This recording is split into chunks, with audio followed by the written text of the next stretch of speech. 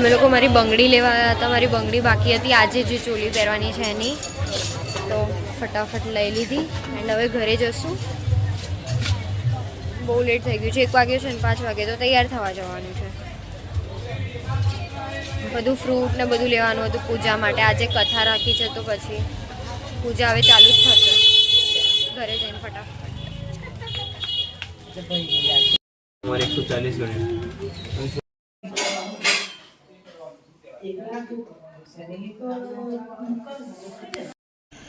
બધું setup ready છે.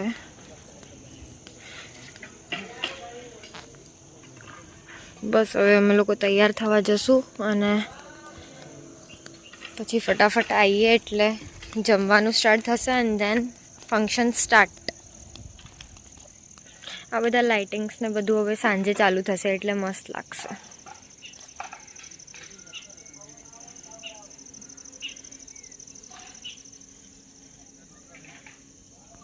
અમે લોકો પાર્લરમાં જવા નીકળ્યા છીએ.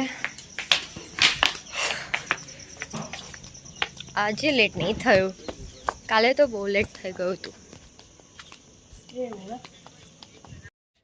તો હું અને મમ્મી બેઉ રેડી થઈને આવી ગયા હતા. મારો ફોટોશૂટ ચાલતો હતો. બહુ જ સુપર્બ હેરસ્ટાઈલ લાગે છે મારી, મને બહુ જ ગમે છે આજનો લુક. મમ્મા પણ રેડી થઈ ગઈ હતી. અમે બધા ગરબા રમીએ છીએ. આ બધા લેડીઝ મતલબ સોસાયટીના છે બધા અમારા. We are enjoying.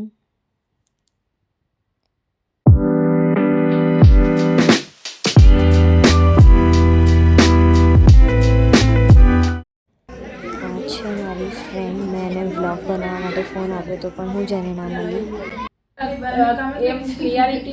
મસ્ત ક્લિયર આવશે, જોજો ને તમે. ફિલ્ટર મારીશ?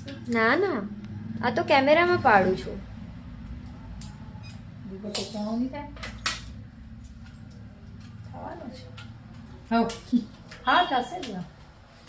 આગળથી ખસી નહીં જાય ને દુપટ્ટો મારો.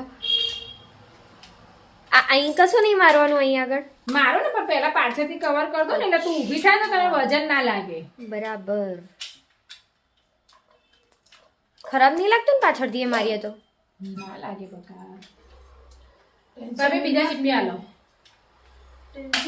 દો અતિશય આગળ ની લો. હા હા બસ.